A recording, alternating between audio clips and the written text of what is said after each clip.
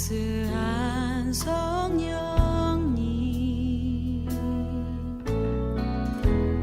마음으로 보내 내 몸을 감싸며 주어지는 평안한 만족감을 느끼네.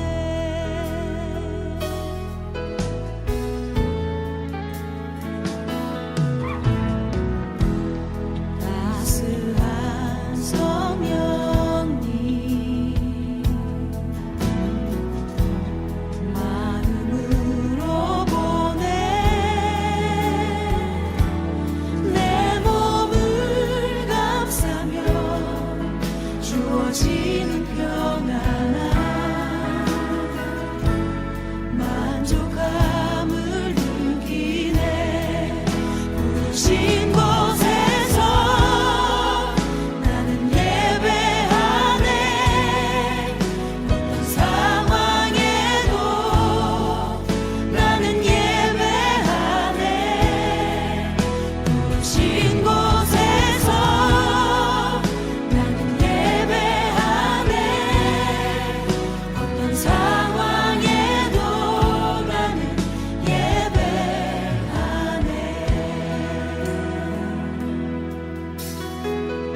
사랑과 진리의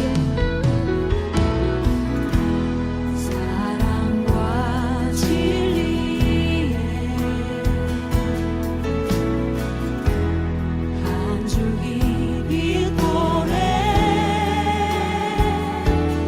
내 몸을 감싸며 주어지는 평안한 그 사랑을 느끼네. 부르신 곳에서 나는 예배하네. 어떤 상황에도 나는 예배하네. 부르신 곳에서 나는 예배하네. 어떤 상황에도 나는 예배하네. 부르신 곳에서 부르신 곳에서 예배하네. 어떤 상황에도 나는 예배하네. 부르신 곳에서 나는 예배하네. 어떤 상황에도 나는 예배하네. 내가 걸어갈 때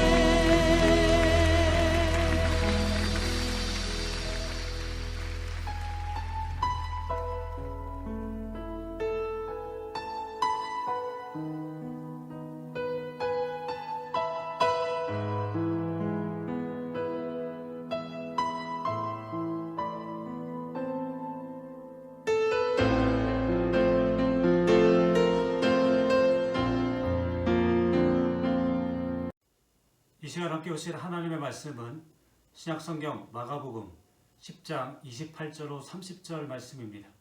신약 72쪽입니다. 제가 받들어 읽겠습니다. 베드로가 여짜와 이르되 보소서 우리가 모든 것을 버리고 주를 따랐나이다. 예수께서 이르시되 내가 진실로 너에게 이르노니 나와 복음을 위하여 집이나 형제나 자매나 어머니나 아버지나 자식이나 전토를 벌인 자는 현세에 있어 집과 형제와 자매와 어머니와 자식과 전토를 100배나 받되 박해를 겸하여 받고 내세에 영생을 받지 못할 자가 없느니라. 아멘. 기도합니다.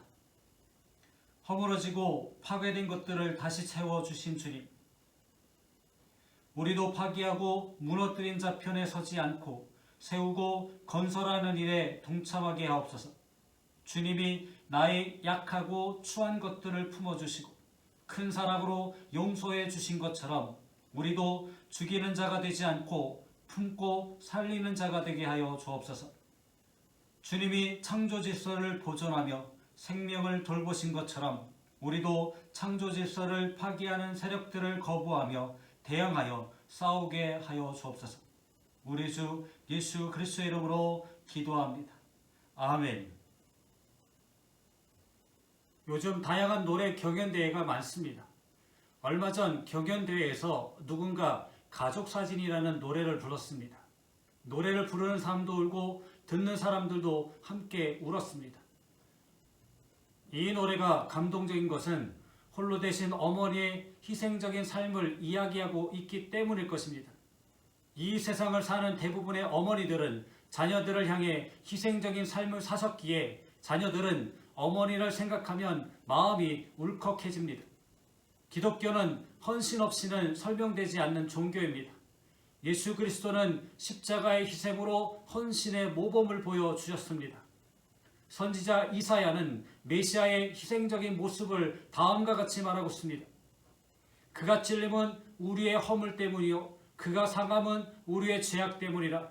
그가 징계를 받음으로 우리는 평화를 누리고 그가 채찍에 맞음으로 우리는 나음을 받았도다. 사도 바울은 예수님의 희생을 말하면서 한 걸음 더 나아가 그리스도인들의 헌신에 대해서도 말했습니다. 그가 모든 사람을 대신하여 죽으심은 살아있는 자들로 하여금 다시는 그들 자신을 위하여 살지 않고 오직 그들을 대신하여 죽었다가 다시 살아나신 이를 위하여 살게 하려 함이라. 즉 기독교는 예수 그리스도의 희생을 바탕으로 이루어진 종교이고 그리스도인들은 모두 빚진 자로서 예수님에게 헌신하는 사람들입니다. 요즘 그리스도인들은 교회에서 헌신이라는 말을 들으면 부담스러워합니다. 교회에서 헌신에 대해 말하면 이렇게 이야기합니다. 요즘 사람들과 헌신이 어울리지 않아요. 요즘 사람들은 너무 바빠서 헌신할 시간이 없어요. 요즘 사람들에게 교회는 헌신할 만큼 매력적이지 않습니다. 실제로 교회에서 목회자가 성도들에게 헌신의 삶을 말하기가 조심스럽습니다. 자칫 헌신을 강조하다가 성도가 교회를 떠날 수도 있기 때문입니다. 그러나 교회는 성도들에게 오랜 기간 동안 깊이 헌신할 수 있도록 가르쳐야 합니다. 그 이유는 예수 그리스도의 복음이 모든 그리스도인에게 하나님께 순종하고 헌신하는 삶을 살도록 명령하기 때문입니다. 오늘 본문에서 예수님의 제자 베드로는 부자 청년이 재산을 포기하지 못해 더 큰 하나님의 복을 받지 못하는 모습을 보았습니다. 이런 상황에서 모든 것을 다 버리다시피 하고 예수님을 따라온 베드로는 은근히 넉넉한 보상을 기대했을 것입니다. 이에 대해 예수님은 나를 따르기 위해 부모나 형제나 자매나 자식이나 집이나 땅을 포기한 자는 이 세상에서 그것들을 100배나 받는다. 내세에 영생을 받는다고 말씀하셨습니다. 그런데 이 말씀에는 하나의 조건이 있었습니다. 박해를 겸해서 받는다고 말씀하셨습니다. 예수님을 따르기 위해 모든 것을 버리는 헌신을 해서도 박해도 받게 되리라는 것입니다.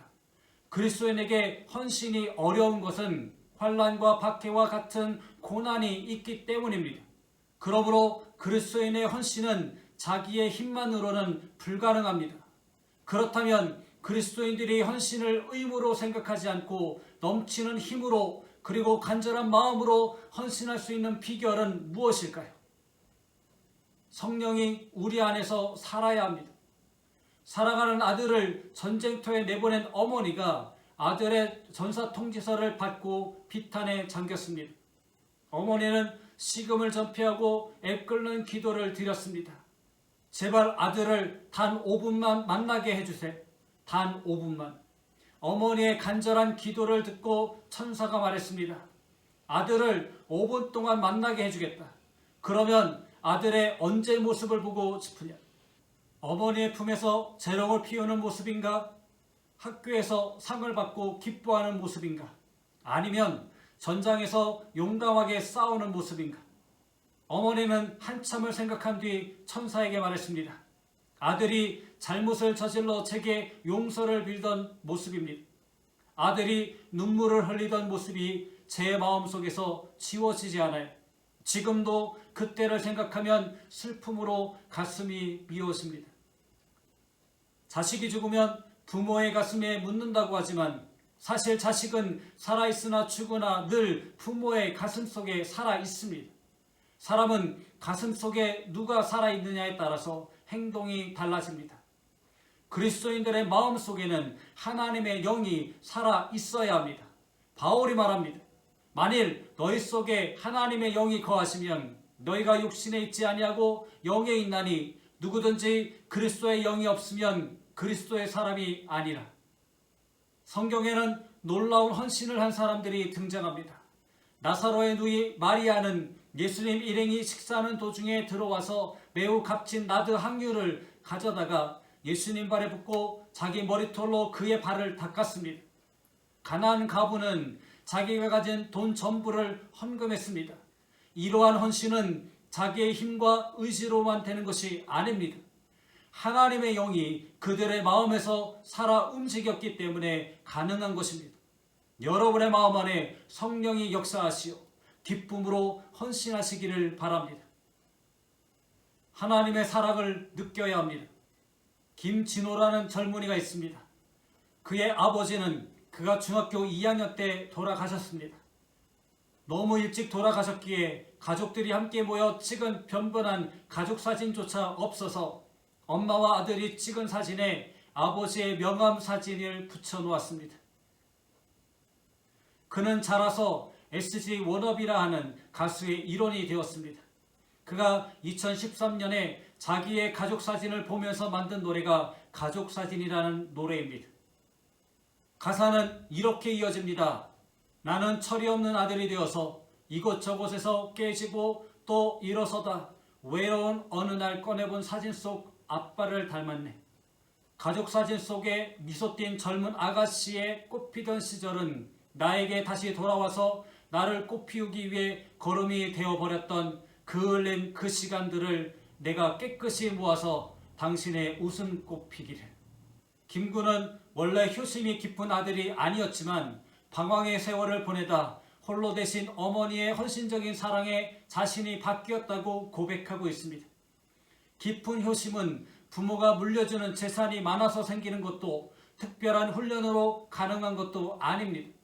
어머니가 자신의 삶을 꽃피우기 위해 스스로 걸음이 되었다는 깨달음에서 나타나는 것입니다. 사도 바울은 예수 그리스도의 십자가를 통한 하나님의 놀라우신 사랑을 깨달은 사람이었습니다. 그래서 자신의 온 인생을 하나님께 헌신했습니다. 그리고 성도들에게도 헌신하는 마음을 가져야 한다고 촉구합니다. 그러므로 형제들아, 내가 하나님의 모든 자비하심으로 너희를 권하노니 너희 몸을 하나님이 기뻐하시는 거룩한 산제물로 드리라. 이는 너희가 드릴 영적 예배니라. 저는 사도 바울이 이렇게 말하는 것처럼 들렸습니다. 성도 여러분, 저는 예수님의 십자가의 사랑을 깨달았습니다. 그 사랑을 알고 나서 저는 제물로 살기로 했습니다. 여러분도 그 사랑을 깨닫고 거룩한 산제물로서 헌신하시기를 바랍니다. 사람을 헌신의 길로 이끄는 것은 사랑을 느끼는가에 달려 있습니다. 사도 바울은 하나님과 우리가 어쩔 수 없는 명령으로만 행동하는 주인과 종의 사이가 아니라 사랑이 있는 아버지와 자녀 사이라고 말했습니다. 사도 바울이 아버지이신 하나님을 알려주는 것은 우리도 아버지의 사랑을 느껴보라는 것입니다. 하나님이 우리를 얼마나 사랑하시는지를 느끼면 하나님에게 헌신할 수 있는 힘이 생깁니다. 헌신의 결과를 예상해야 합니다. 몽골 제국의 징기스칸은 몽골보다 수백 배 넓은 땅을 정복하고 황제가 되었습니다. 그때 목숨을 걸고 함께 싸운 사람들이 있었습니다. 징기스칸은 그들을 타르탄이라고 따로 부르면서 생사를 같이 한 그들에게 6가지 특권을 주었습니다. 당신들은 언제든지 누구의 허락을 받지 않아도 내 방에 들어올 수 있다. 당신들은 전쟁이 끝나면 노획물을 제일 먼저 골라 가질 수 있다. 당신들은 앞으로 세금에서 면제된다. 당신들은 사형에 해당하는 죄를 지어도 9번까지 용서받는다. 당신들은 이 나라 안에서는 가지고 싶은 땅을 가질 수 있다. 당신들의 이 같은 권리는 4대까지 유효하다. 그래서 타르탄이 죽어도 그 후손들은 이 권리를 누리며 살았습니다. 징기스칸은 자신에게 헌신한 사람을 잊지 않았습니다. 우리가 하나님께 헌신한다면 하나님은 우리를 결코 잊지 않으십니다. 오늘 본문에서 베드로가 예수님께 말했습니다. 우리는 모든 것을 버리고 주님을 따라왔습니다. 이에 예수님은 헌신할 자들이 받을 수 있는 결과를 말씀하셨습니다. 예수께서 이르시되 내가 진실로 너에게 이르노니 나와 복음을 위하여 집이나 형제나 자매나 어머니나 아버지나 자식이나 전토를 벌인 자는 현세에 있어 집과 형제와 자매와 어머니와 자식과 전토를 100배나 받되 박해를 겸하여 받고 내세에 영생을 받지 못할 자가 없느니라. 예수님은 헌신한 것의 100배 그리고 영생을 헌신의 결과로 말씀하셨습니다. 그리스도인은 하나님을 향한 헌신의 결과를 예상해야 합니다. 헌신의 결과가 이처럼 엄청난 것을 안다면 우리가 헌신하지 못할 이유가 없습니다. 하나님 앞에서 헌신하심으로 영생을 선물로 받으시기를 바랍니다. 기도합니다. 사랑의 하나님, 저희 모두가 신앙생활하면서 헌신하는 성도가 되게 하여 주옵소서. 헌신은 내 생각과 뜻을 가지고 할 수 있는 것이 아님을 압니다. 성령이 우리 안에 거하시며 우리가 하나님의 사랑을 느껴야 할 수 있는 것임을 잘 압니다. 저희와 함께 하사 헌신할 수 있도록 도와주옵소서. 우리 주 예수 그리스도의 이름으로 기도합니다. 아멘. 교회 소식을 전해드리겠습니다. 2월은 신앙으로 사는 삶을 결단하는 달입니다. 예수님의 십자가를 묵상하는 것은 신앙생활에서 매우 중요한 일입니다. 주님의 십자가 고난과 헌신을 기억하며 성도로서 신앙으로 사는 삶을 결단하는 예양교회 성도가 되시기 바랍니다.